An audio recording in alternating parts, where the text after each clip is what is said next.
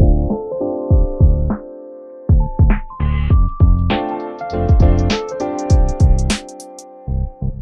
everyone, and welcome to Taurus Tech Talk. I'm Robert Parsons. This is Corey Church. And today joining us is Mr. Clayton Mills with Highway Marketing.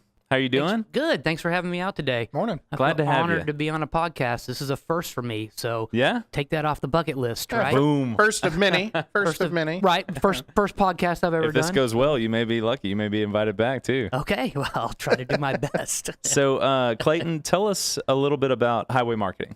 Sure. So, Highway Marketing is an independent manufacturer's representation firm that works for multiple manufacturers in the audio industry. We do sales and marketing primarily to dealers, whether they be integrators or retail stores, which there aren't as many of these days, but there are some still.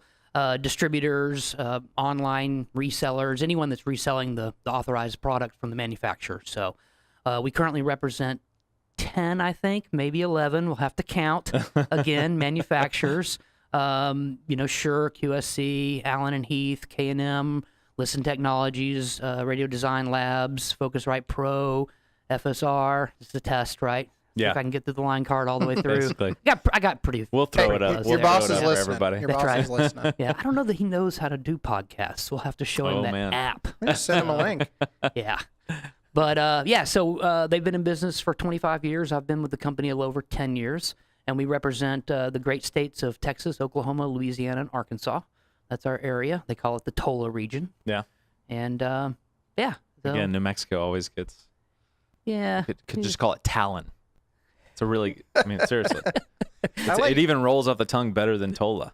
I saw Toller written down somewhere a number of years ago, and I was like, I don't understand this. Yeah. And then somebody explained it to me, and I felt very dumb. Yeah. All right, so tell us a little bit about how you got into this career. Kind of backwards, right? I don't know that it was planned. Like many people in the AV industry, I think there's probably a path into this industry that comes out of the dream of being a musician, right? We had somebody on yesterday that Said the same Similar thing. story. I meet a lot of people. I think you know it's what? probably... He had 2 gold records. I don't have any gold records. Okay. Well, next time, just I'll say, bring I got one. triple platinum. Just say I got 2 platinums. No. This microphone was used on the best-selling record of all time, the SM7B.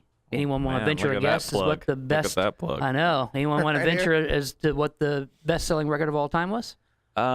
Is it a Beatles album or Beatles record? No. No? It's got to It's be something- Michael Jackson. Really? Look at that. Thriller. Friday fun day for Bob. That's right, man. You got it. So... Cue the Thriller music. Wait, that's no, we right. can't do that. That's Yeah, probably we protected don't have somehow. Copyright cover it. infringement. But yeah, so I started, I asked my dad for a drum set when I was 11. In his infinite wisdom, he chose to buy me a guitar instead of a drum set, thinking that would be much easier. I showed him because I went and mowed a bunch of yards and saved up a bunch of money, and I bought guitar amplifiers. And The my biggest friend, amp you could find. my friend who had drums was soon set up in the garage, and we were playing. And we started trying to figure out ways to plug microphones into things to, so people could sing. Yeah. And that's where it all kind of rolled downhill I'm from there. visualizing Back to the Future, like the opening scene in Back to the Future when you're saying this, that massive PA that he plugs into. You Oh, remember? yeah. Yeah. Okay, I'm with you now. Strums the guitar, blows him away. Yeah, by massive PA, you mean lots of, like, inexpensive PV amplifiers Yeah. that I could buy. Back in that day, you had to get the Dallas Morning News out. And there was a section back in the newspaper. We remember newspapers that people sold things. I'm not that young. Gosh, I remember those. I know. But I'm saying maybe for some of our viewers or listeners. But Yeah. There'd be a huge list of used musical equipment in there. And I mean, every Sunday I had that paper open. Nice. I just have $100. I wonder what I can buy. Anyway, so downhill story. I started doing sound, live sound, and through bands I was doing. I started doing recording, trying to figure out ways to record. I bought a 4-track recorder in high school. Went to UNT as a jazz major, realized that I didn't want to try to make a living playing jazz guitar. And not that that's a bad living if someone out there listening is what they do. So were you playing jazz as an 11 or 12-year-old guitarist? I was playing rock and roll. So Yeah, okay. heavy metal, to be specific. Boom. Yeah, My man. What's your Yeah. favorite heavy metal band? that's can't be answered. There's too many of them. But if I went away to island with one record, Okay. it would probably be a Led Zeppelin record. Okay. Which one? You're making this really tough. The best of the whole compilation. Okay. Yeah. All right. No, I felt like that was a that should- cop-out answer, but it was a good one. totally That cop-out should be answer. everybody's answer, though. Because the best of is literally the best of. That would Yeah. be my I answer. don't think that Led Zeppelin's actually ever done a best of album, but I would, I'm sure somebody has produced one, though. Yeah. Yeah. Yeah. I mean, why would you not? All right. So today we wanted to have you on to talk overview of audio technologies. Sure. We're seeing a lot of customers today take the importance of a room that they may be designing for a meeting space and taking the importance and putting it towards more of the video side of the house. And we try to explain to them that it's every bit as important, if not more important, to ensure that your audio solution in a room that you're going to meet in is spectacular. So we thought it'd be great to have your expertise on, your history in sounds, to be able to kind of give us some of that feedback, ideas, things that people aren't really looking into these days, and things that people need to look out for. So I'd like to get started by one of the probably the biggest pieces of audio. We come into a space. Let's say we come into this space, and a customer says to me, "Well, I want to have video conferencing. I want to have audio conferencing. I don't want the traditional phone on the table, and blah blah blah. I want all these things while they're sharing a display." And you come into the room, and as you're talking to them about the room, sound is just bouncing everywhere, and it sounds like you're in a bathroom stall. Sure. So we need to first touch upon acoustics and how important that is. So tell us a little bit about, in your professional opinion, what people need to do acoustics-wise, what they need to look out for. What's that all about? Sure. So as you mentioned, everyone wants to do video conferencing, and they just assume that good audio is a part of that. Obviously, if you can't hear what other people are saying, it doesn't matter how good they look. So you're not having a conversation, right? That wasn't against either of y'all, because y'all look great today, by the way. I've always said, though. Thank you, man. My hair, I'm having a good hair day today. You are, actually. I've always said, if the audio is perfect, people will let video slide quite a bit. Because if the audio is unintelligible, then, like you said, how good you look is of no consequence, because you can't communicate anyway. Right. It looks great, but there's no message being delivered. So acoustics obviously have a big effect on not only the way microphones pick up sound in a room, but also the way we hear sound in a room as well. So if you look at structure of a room, different types of services, I know y'all know all these things, but, for maybe some people we got to listening, share everybody. Well, I appreciate, first of all, the compliment. Yeah. Well, I'm saying, that a glass wall is much more reflective than drywall, for example, and that a tile floor is much more reflective than carpet, and that an open exposed ceiling is much more reflective than a drop tile ceiling, right? Yep. So, and different types of tables can be more reflective or less reflective. So when people look at their conference rooms, I mean, a lot of times, or any type of room that they're using for meeting spaces, they want it to be aesthetically awesome, right? And they pay a lot of money for it to be aesthetically awesome, Right. And but you're right, with the acoustics of the room can actually diminish the usefulness of that room quite a bit very quickly. And so that's something that people don't think about when they design the look of the room, and we deal with it all the time on the because it's an afterthought. Okay, we've already designed this room. Robert, come look at this room. Okay, it's already done almost, right? We're just now getting around to talk about putting in the AV equipment, right? Yep. Maybe the wall's already sealed up anyway. There are ways to improve acoustics in the room without diminishing the look of the room, right? So, of course, there are different types of sound absorption materials. Called acoustic treatment, right? Panels and things that can be put in the room. And there's some companies that make some ones that look pretty good too.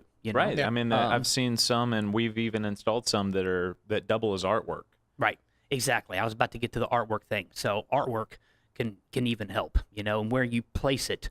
So there's some things that can be done to treat rooms, and it's really important. Even recommending to someone, if there's a room that's got 2 glass walls and 1 dry wall and a pretty reflective table, and they were going to do tile on the floor, Maybe we can talk them into carpet instead, or yeah, put a rug down. Maybe a bearskin rug or a lion skin rug or whatever's your style. But something on there, because if you can even dampen one surface in the room, you're gonna have a lot better results than no dampening on any surface. The thing too that I've noticed is the shape of the room has a fairly large impact.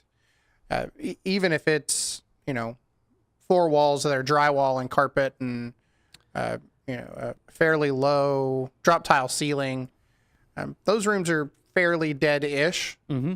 But if you say curve the back wall, right, it doesn't matter. It doesn't seem to matter what you do in the room at that point, unless you deaden that wall specifically. You're going to have some acoustic anomalies in that space. And I find those to be some of the most challenging. Oh, yeah. Absolutely. So I feel like some people have a misconception about if you're able to come into a room and you pick the greatest audio mixer, a.k.a. DSP, and you have the most proficient programmer of that DSP and the best microphone, and magic just happens. And you can just make magic happen. Yeah, but don't you have like a filter that pulls out the acoustics in the room? Right? And there's just drop it's in called that. the extreme awesome filter. Yeah. And it's just you just a check mark box and you're good. So should come pre-checked, right? Sir. Yeah, it comes out of the box pre-checked.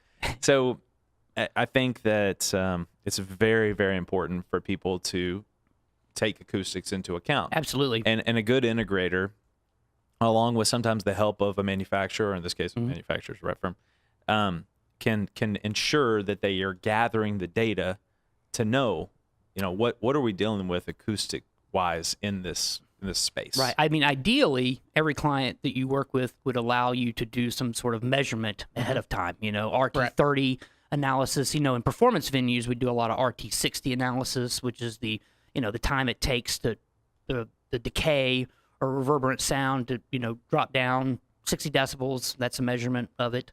Cowboy Stadium, that's like 20 seconds.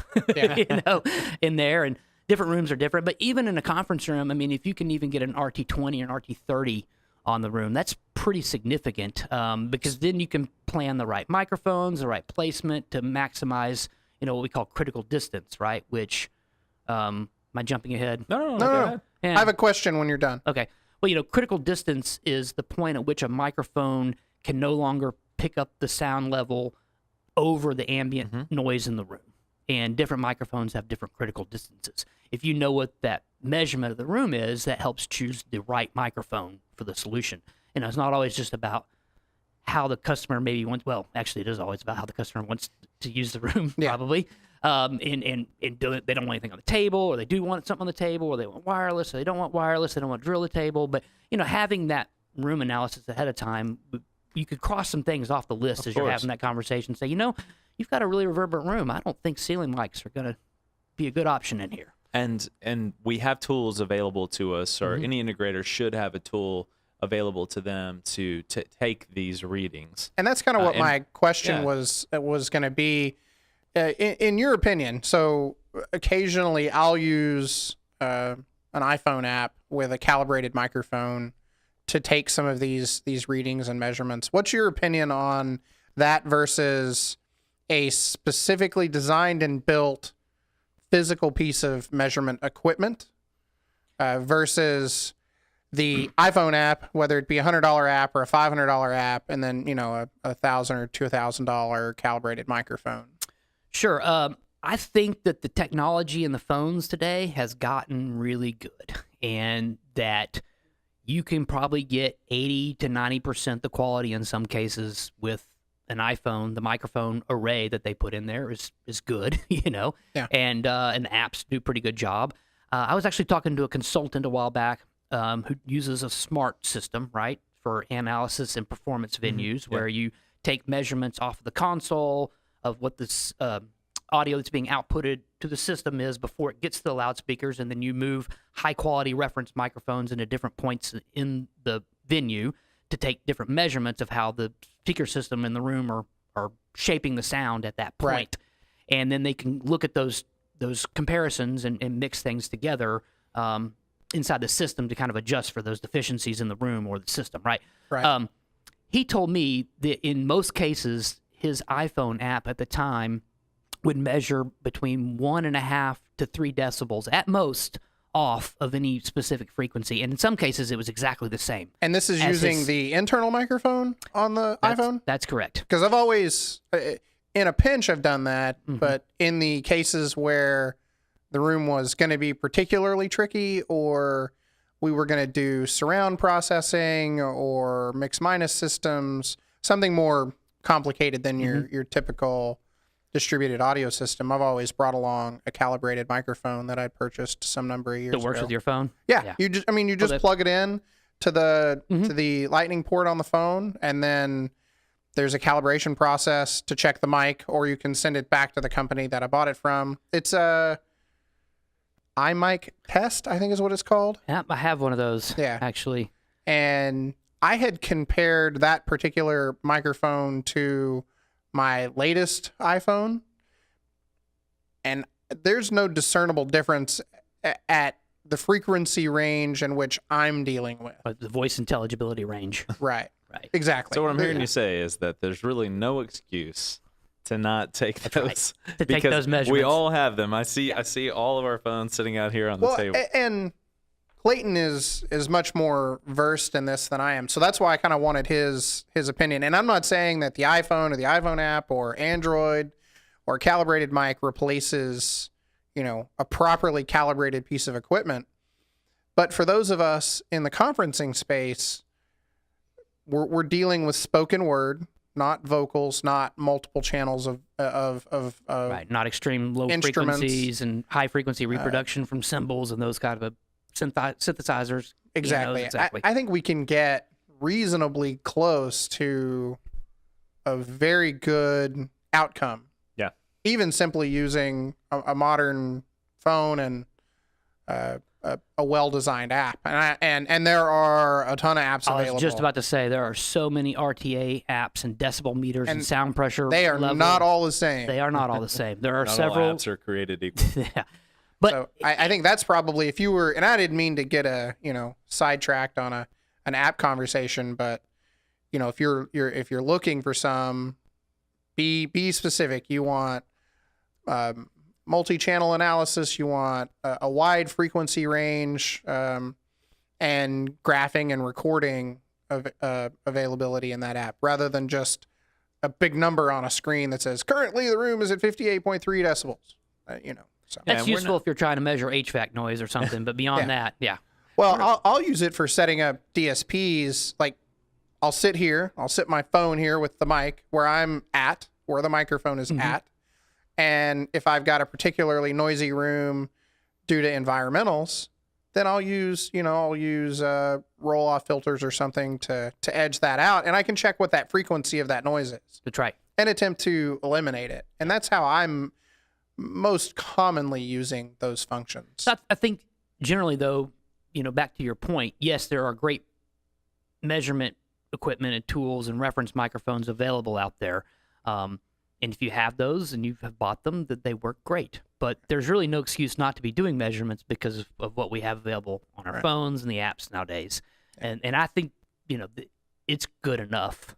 I'm sure I'll get some emails on this topic, though. I just know there's an audio file somewhere listening going, you guys are a bunch of idiots. But it's fine. Well, I think what's important for people to understand that are listening and watching is that we're not expecting the customers to know this information. I mean, there's a lot of knowledge that has to go into understanding, okay, this room sounds pretty decent acoustically, or according to our readings, it sounds okay, or to not. I mean, we're not expecting them to know that. What I expect is that, us as Taurus Technologies or any other integrator out there is doing the due diligence for the customer. They're having overcommit to they're having a layman's term conversation about, what should be done. We need to bring in an acoustician to, plan out and properly space acoustic panels or ceiling tile selection, or artwork, or drapes, or blinds. I mean,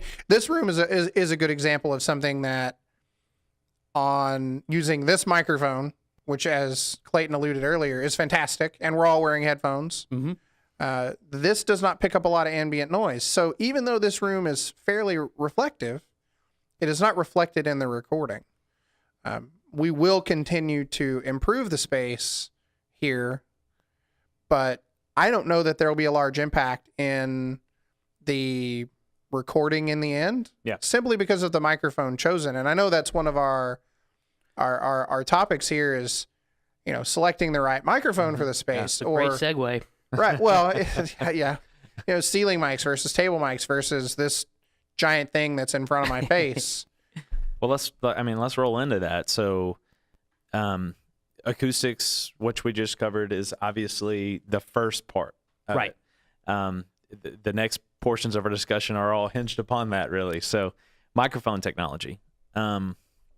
Obviously, everyone knows that there's wired and there's wireless microphones, and there's the right microphone for the right setting.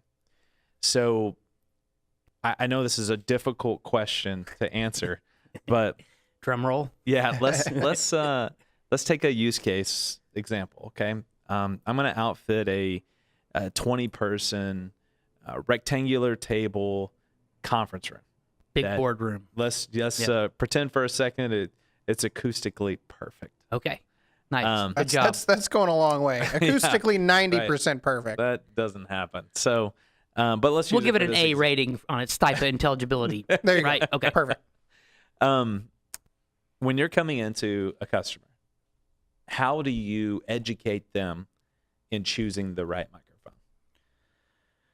That is a good question. It's going to have a long-winded answer, I think. And we're listening. Yeah, with a bated breath. If it's an acoustically, in quotes, perfect space, or it's got a really good acoustic quality, not a lot of ambience and reflected sound, that really opens up the choice of microphones quite a bit and becomes more of a use case scenario of, how the user wants to experience the room, use the room, what they want to have in front of them or not in front of them. So in an environment like that, you can use microphones at greater distances than a room that's bad acoustically, right? So if we're in an acoustically bad room, the ideal thing to do is to get the microphone as close to the source as possible, right? We were talking about this room earlier. This is kind of triggered it in my mind. So this is a broadcast microphone meant to pick up the human voice at a close distance. Because of the way it's designed, the directional nature of the microphone, the diaphragm, everything else, it really does a good job of rejecting all the ambience in the room. Right. And that's why they use it in broadcast. So, in a really bad acoustic conference meeting space, ideally, maybe everyone would have a broadcast microphone in front of their face. But, that's where you talk about maybe goosenecks are the best option, right? Because you can put a gooseneck straight up in front of the person's mouth, or maybe a boundary, even if the acoustics are pretty good. You can move boundary table mics around. In a really good acoustic space, you have a lot more options. Why is it called a boundary microphone? Because it uses the boundary plane of a table or a surface to help its pickup of sound. So if you take that boundary mic and put it into free space, it does not have the same sound quality. Perfect. It simply couples with the table. Okay. That's awesome. I love these. I learned a bunch of stuff yesterday.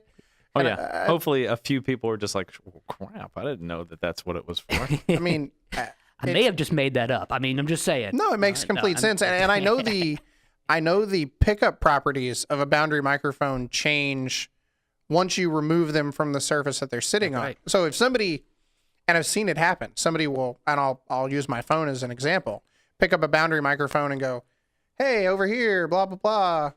It doesn't work the same. It's not a handheld microphone. So I know that it uses the acoustics of the flat surface it's on, but I never really considered the name. Early boundary mics were actually designed to pick up sound for recordings. So most of them were mounted against walls.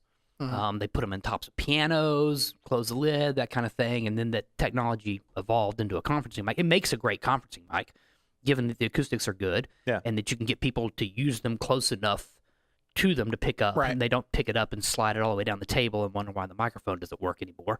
And they don't cover it up with a lot of stuff, laptops, tablets, papers. So let me ask you a question, and I know the answer already. Okay. So I can't make the answer rhetorical. up this time, right? Customer asks me, let's go back to the example I was using of the 20-person conference room. Go into this space, and let's, again, pretend it's acoustically treated. Customer asked me, what's the perfect microphone for this?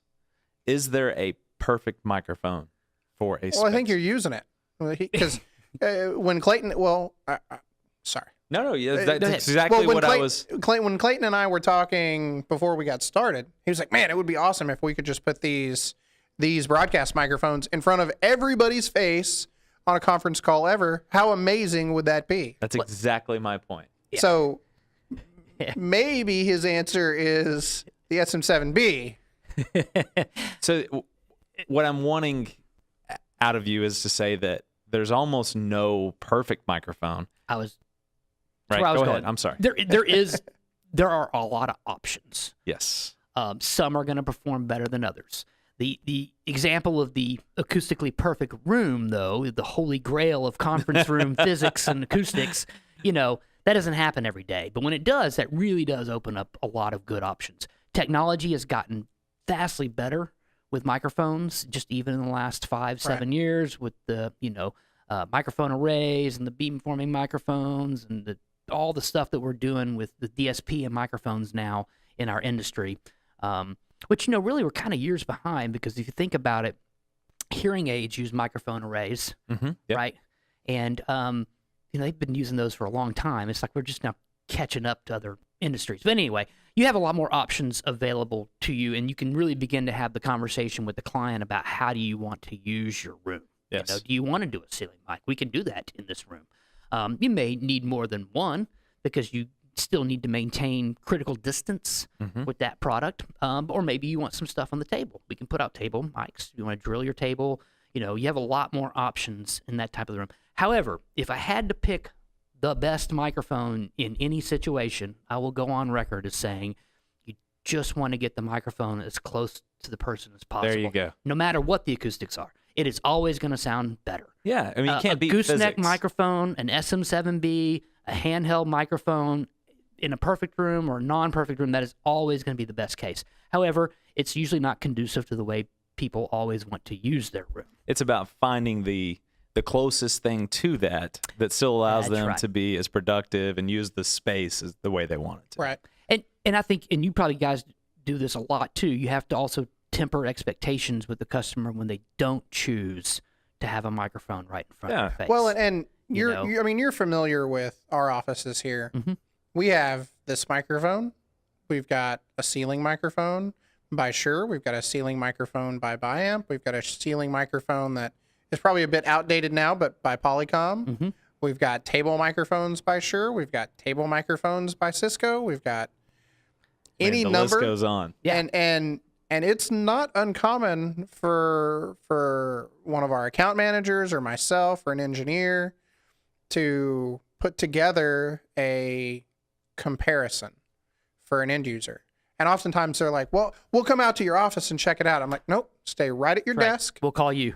I'll send you a meeting invite, and I'm going to switch between a couple of different options for you. And I want you to hear them. I want you to hear my voice and maybe an account manager's voice or somebody else from our staff at an appropriate distance from each one of these microphones. This is not a trick. I just want you to hear the difference, even between two ceiling microphones in similar environments. I mean, we have in our Mavericks conference room 2 different ceiling microphones in the same ceiling, not to mention the table microphones. And oftentimes people are shocked at the difference between them. And I don't mean volume level. I mean clarity or range. So I know that manufacturers offer these kind of comparisons on their websites. You play a video, but it's not real world. It's not real world. Yeah. I mean, I'm certain that the manufacturer does the best they can do to make it feel real world, but you're not having a conversation. I think it's fantastic, by the way, that you do that for your customers, and y'all have invested in putting that technology into your spaces, because you're not just, you're helping them make the best decision. You're also educating them on what types of microphones and how they sound and what the use cases are. So anyway, I just want to throw that out there. I think that's Yeah, great that y'all do that, and I would be curious to hear some of the responses. Sometimes it's probably got to be pretty dramatic from certain. Honestly, it usually revolves around trying to sell somebody a wireless table mic option when they want a ceiling mic option. Yeah. And that's, for me anyway, I don't mean to speak for Robert, but that's the most common comparison that I do is, okay, now I'm talking to you through a table microphone. And usually it's, oh, wow, that's significantly better. And by better, I mean easier to understand you.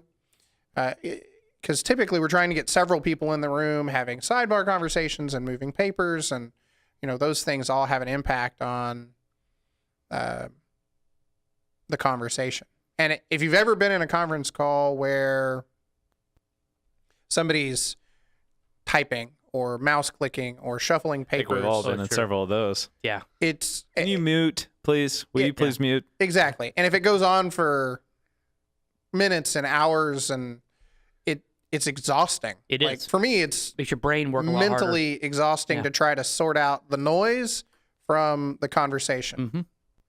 Same thing with poor audio quality. If the microphones aren't doing a good job, or the system's not set up correctly, or acoustics are bad, it's a strain on our brains to try to focus on hearing what's being said. So Robert, if you had to venture a guess, when we install these conferencing systems for these giant organizations, how much money do we save them in productivity simply because we're not mentally wearing these folks out after the end of a meeting? And as you know, a lot of them have tons and tons of meeting spaces, and the same people are in 2 and 3 and 4 meetings a day, even if they're 30 or 40 minutes apiece. That's a difficult question to answer. It's probably just as hard as unquantifiable, what right? I asked earlier. I mean, you so put him on the spot. I had to find something. People naturally get engaged more, even at a subconscious level. And I see it. I literally see it in a space that maybe it's a space here, or maybe it's a space that we've outfitted, where people are not messing around with their phone, or they're not trying to multitask or typing like you mentioned, because it's such an immersive experience for audio. And it's not just for what you're sending them, microphones that we've been talking about, but now it's a segue into the next portion of our conversation. It's about what you're hearing in the room. So I want to talk about speaker technology. And we're doing a good job at segues today. Yeah, we are. Yeah, I just kind of got lucky there, honestly. Had a cheat sheet, a roadmap here. What are you talking about? So we've already touched upon acoustics. We touched upon microphones, and already, just circling back real quick to the beginning of our conversation, so many customers take the emphasis on the video part. Just through the few minutes that we've been talking about microphones and acoustics, there are more options, and there's more thought process and knowledge that goes into audio already. We haven't even talked about speakers. That's right. We've only got the front half of it. Yeah. I mean, I ask you about a half a dozen qualifying questions to understand the display technology. And then I then understand what size we need. Right. What's the maximum viewing distance from the furthest participant? And, hey, after about a minute, 2 minutes, I've got that. But we've already discerned that you can't do that with audio. So speaker coverage, types of speakers. Those measurements that we talked about in the beginning portion, the acoustics, the microphones, the speakers. Talk to us about customers choosing the right speaker, not just from a looks perspective, but how they pick out what is great for them. Sure. So, I think probably y'all see this a lot too. And we even see this with microphones. Real quick, go back to this. You're talking about trying to sell people the wireless microphone option. Well, people will ask for wireless, right? Go, oh, we want a wireless microphone. How much does it cost? So there's some magic happening with there's no wires, right? Yeah. And I think that loudspeakers selection, especially in meeting spaces, might be one of the most compromised things that I've seen. I'd agree. And I think it's because at the end of the day, they're looking at the dollar value, and they're like, well, why are we buying $180 ceiling speakers? I've got this pair of powered speakers that I got from Best Buy. $59.99. $59.99. Can't we just have something like that in the room? And now we've spent, God, Robert, the display looks great. We're out of money. Where can we save some money? And I think the audio system is one of the places that typically happens. And so when you're looking at loudspeaker technology, if we use the example of the acoustically perfect holy grail of a meeting room that we've been talking about, you have more leeway in the types of speakers that you can put in there and the frequency response of those speakers. You want to make sure that they do an adequate job of reproducing the entire range of the human voice. And that's the definition of frequency response. Let's educate our users. Sure. Okay. Yeah, good point. So frequency response in a loudspeaker is a measurement of all the frequencies from 20 hertz to 20,000 hertz, right? The range of human hearing. Okay. And how those speakers reproduce sound at those frequencies. Because, well, there are perfect speakers. You can go buy a very expensive pair of Genelec studio monitors that will be pretty flat in response. And when I say flat, it means that the amplitude at just about every frequency is the same all the way across. Okay. Well, in a recording studio or a broadcast studio, you want that because you're trying to capture sound and mix sound and reproduce that, right? Don't necessarily need that in a conference room space because the range of human voice or the frequencies that we speak is not from 20 hertz to 20,000 hertz. Now, there might be a few people that have some really low voices, the Barry Whites of the world and stuff, but even they don't go all the way down. But you want to find speakers that reproduce that range adequately. And the way that a loudspeaker is designed, there are certain characteristics of that will cause deficiencies, particularly in some certain areas. You may hear it more on a female voice, for example, or more on a male voice. But let's just face it, if you decide that you're going to go with $59.99 Best Buy powered speakers for your conference room, you probably are going to suffer some hearing of what you're trying to get, the content from other people speaking to you. And there are lots of speakers out there that reproduce the range of human voice very adequately. And the other thing to look at is the dispersion pattern of a speaker too, right? That determines how many you put in the room, right? Well, you can look at dispersion pattern the manufacturer puts on a ceiling speaker, and they'll say, oh, it's 120 degrees conical, right?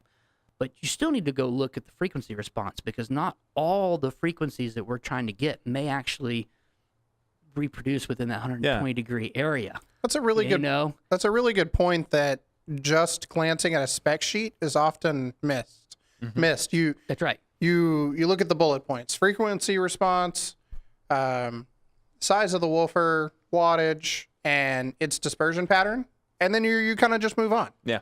For the most part. Or you use somebody's calculator and you're just kind of just looking at coverage only, which is detrimental. That's right. Well, a lot of speakers, and particularly ones that aren't made as well, as you get outside of the primary coverage areas, you start getting towards the ends, and you've probably heard this, you'll hear the mid-range frequencies or high frequencies attenuate quicker than the low frequencies, or you'll start to hear some anomalies in that. Right. If you move back more directly underneath, this being a ceiling speaker example, you'll hear more full range frequency, but as you get out to the edges, you'll start to hear some gaps. That's kind of actually important, right? So if we used a very inexpensive ceiling speaker, and the mid-range drops off before the low frequencies do, if you're putting them in a conference room, it sounds great, Robert. You're sitting right under the ceiling speaker. I'm 6 feet this way, and I'm having trouble hearing some of the frequencies of a female voice, maybe, or higher parts of a male voice. Which disengages you. Which disengages me, and I'm going to play on my phone, right? Yeah. Or or fatigue starts to set in. Same with what we were talking about earlier. Yeah. But in general, I mean, you need to use an adequate number of loudspeakers positioned correctly. Why do they call them loudspeakers? Because they get loud? I guess so. That's a really good question. I don't know. Actually, they're transducers, right? That's what they really are. Yeah. So where the loudspeaker? We'll have to Google that. Okay. I don't know, man. We'll Google it. Yeah. We'll I knew the boundary mic answer. I had that one.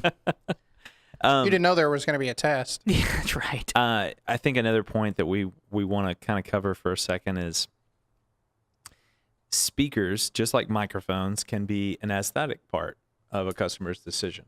True. And there can be a balance. And sometimes a great looking speaker, or how it's installed in the ceiling, or its format, size, can come hand in hand with its audio output ability. Absolutely. So customers need to know, or viewers need to know that there are selections that we can help them with, or any good integrator can help them with, that can meet the needs of both of those. Right. But ultimately, you shouldn't make sacrifices if you're really wanting to keep engagement in a conference room, when you're on audio calls, when you're playing a video for training purposes, when you're on a video call, and any number of reasons. Absolutely. While you're in a meeting space, using it for technology. So let's move on to I can't really call it the final piece of the puzzle, but let's say for this argument's sake it is. We've talked about acoustics, we've talked about microphones, we've talked about speakers, and the pieces behind the scenes. Amplification, your audio mixing. DSP is an acronym that we hear a lot. It means digital signal processor.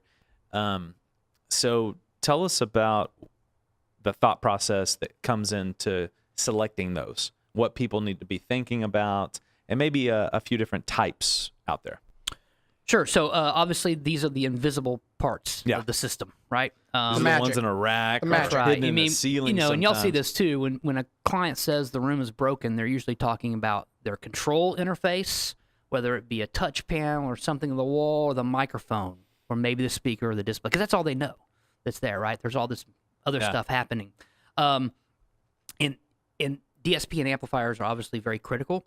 We talk about, just real quick on amplifiers, I mean, those have frequency responses as well, too. Not all amplifiers are created equal. Right. So once again, customers going through this final bill of materials, that you've quoted them, and they're like, I don't know. I mean, why are we paying $900 for a power amplifier to do these speakers in this room? I can't, I bought one at Fry's Electronics or whatever, for my home. And it does HDMI switching and audio de-embedding, and it's got 10 inputs. Yeah, it's important, to look at the audio response and make sure that you're obviously matching the right wattage the speakers are using, and all those kind of things that we all do in the industry. You do it for your customer. They probably don't even know that that's one thing you do for them. Yeah. They select speakers, and that's one of those.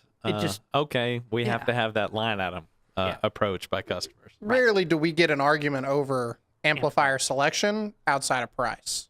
Yeah. But it's not, we want you to use this brand and this make and model because it has this particular it's Energy frequency Star response. compliant, and it goes to sleep, and it'll ramp up within 3 milliseconds of hearing, detecting an audio signal. Yeah, it's got a bicolor LED screen. UL whatever listed. I think we could keep going. So with that. but DSP is obviously much more expansive topic, because there are so many varieties of digital signal processing in our industry. You've got standalone audio DSP units that's all they do. Some can handle hundreds of channels of audio. Some are designed to handle just a few channels of audio. 8x4, 12x8. By the way, this reminds me, I was listening to the podcast y'all did, the very first one, and y'all were talking about, that's right, the video world and how everything comes in 4s and 8s. Y'all remember this conversation?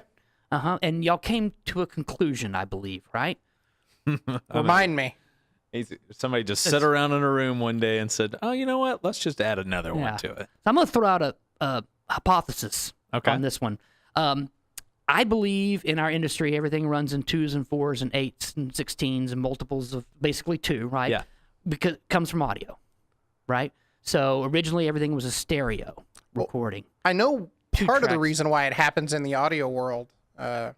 Sure. Okay, so originally 2 tracks. Sure. I mean, everything was a stereo recording. Yeah. When multi-track recording and mixing was introduced, the earliest ones were 4-track, and then they had 8-track, and they started doubling. It was like an arms race between manufacturers and technology, and I think it all came from there. So mixing consoles and live consoles followed the number of channels or tracks available in a recording.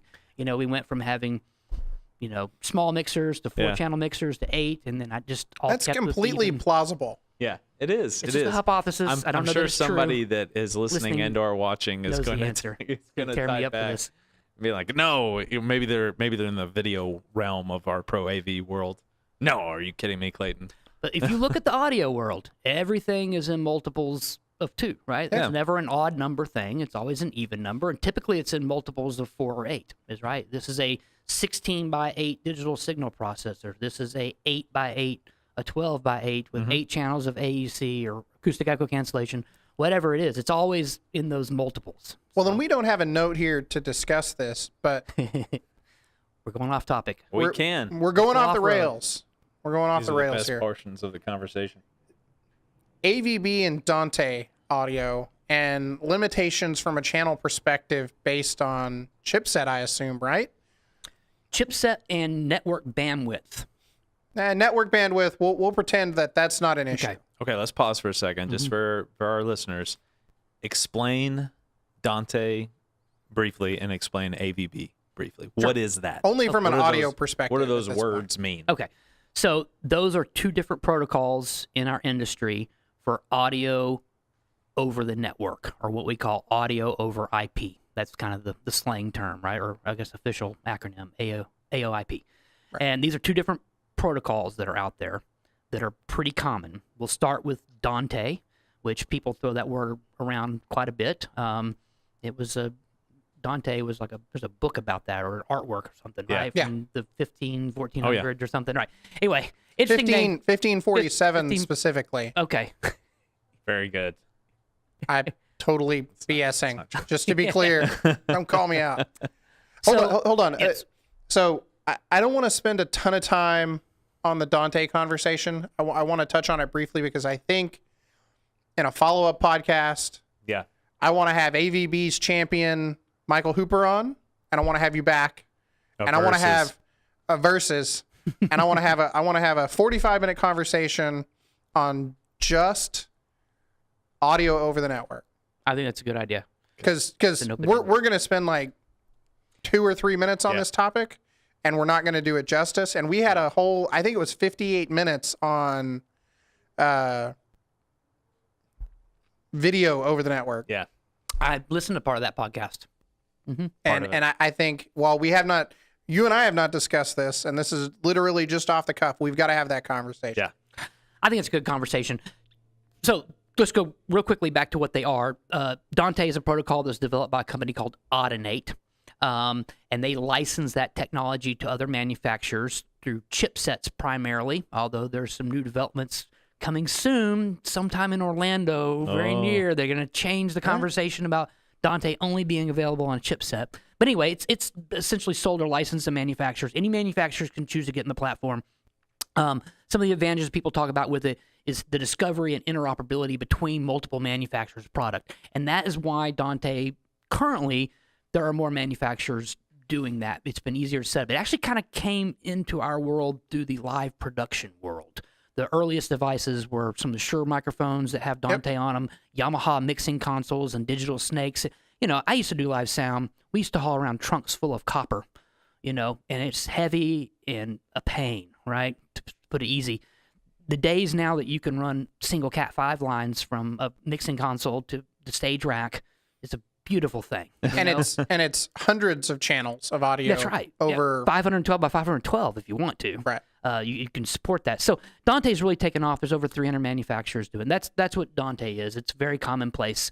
AVB is different because it's a protocol that was developed by an alliance, which was a group of manufacturers, and it is actually not licensed. I mean, anyone can play with the AVB protocol by getting a part of the alliance and building products that are compliant to AVB. And there's advantages and disadvantages to both. We won't get into all that. We'll save that for another conversation. You know, I think for the end user, right, if we go back to the client and we're talking about digital signal processors, and I think I know where you're going with this, some digital signal processors communicate using AVB. Some communicate to each other over the network using Dante. There's other protocols as well. To them, that doesn't really matter, right? I mean, you probably don't ever have a customer say, oh, it's got to be Dante. What matters to them is that when the system turns off, intentionally or accidentally, does it all come back up on the network? Does everything just work? That's what they want, right? Yeah. And so, you know, both those protocols are solid and reliable.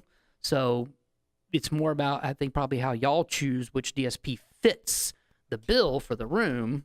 for us, really, And you know, it comes down to what microphone fits the room the best. That's almost the starting point. And Just go then through the whole chain. right. And if this is the best microphone, how does that microphone communicate to the DSP? Is it traditional copper? Is it AVB? Is it Dante? And then the DSP is chosen, the amplifier is chosen. Well, the speakers are chosen for the space, and then we choose an amplifier, and we pair that together with a DSP. And when choosing DSP, you have to, the first thing you say is how many microphones are there? What types of microphones and how many do we need? What other sources do we have? And you kind of come up with your input count, right, and choose an appropriate DSP for it. Some DSPs have more configurability than others, right? So if you know you're going into an acoustically challenging room, you're going to want an open architecture DSP, right, where you can do more. Yeah. Some DSPs are much more locked down in there, and you only have so much manipulation available in them. So I'm sure that plays into the conversation as well when you're choosing them. And I'd love to have a more in-depth DSP conversation whole- in the future too. Whole podcast on that alone, I would think. Well, just, the available options out there and what's coming. Maybe post InfoComm, you can come back and tell us what your partners are releasing as sort of an InfoComm follow-up. Actually know in about 7 minutes when we start this conference call how to get on. So right now it's unknown, but yes, we should come back and do a more on. Yeah, on we'd love to DSP. cover more DSP conversation, cover a couple of the things we didn't have the time to get to today. But I want to say thank you. Your professionalism and the knowledge that you've had in the industry is very, very valuable. And I think it's important for customers to understand. The whole point of this podcast is to make sure that that people know that audio is a very, very big part of every meeting space that you're in. Unless you're just going to go in there and look at a static map all the time, make sure that you're talking to someone about audio. Make sure that they're taking these readings, they're understanding acoustics, they're talking to you about right microphones and right speakers. And if they're not, you should give me a call.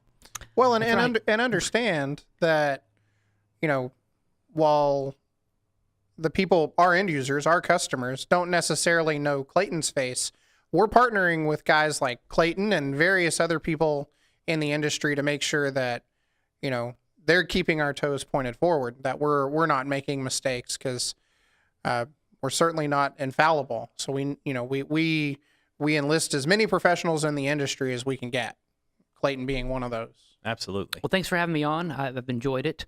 I keep thinking of things to go back and add to some of these things. We could make them 2 hours. I know, we could. We could talk about this stuff forever. Yeah, It'd be all day. DSP kind of opened a Pandora's box in my head there. But you're right. We can save that for another piece. I appreciate the opportunity to work with a company like Taurus, and I think it is important for people listening and your clients to know that you guys are working closely with your vendors, just like they're working closely with you to achieve the best results, in the meeting spaces. So. And thanks everyone else for listening. We really appreciate it. If you want to hear more about this topic or some other audio topics or any other topic, please email us at info@taurustechinc.com. For myself, for Clayton, and for Corey, thank you for listening.